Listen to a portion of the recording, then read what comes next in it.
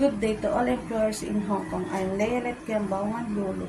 My height is 157 centimeters and my weight is 62 kilograms. I have working experience as a domestic helper in Saudi Arabia, November 2013 until January 2019. My duties there is taking care of child and newborn baby, also cleaning the house, washing the clothes, taking care of their garden.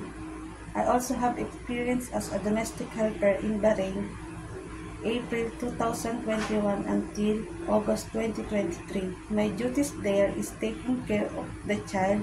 She has autism, going to the center, giving her food.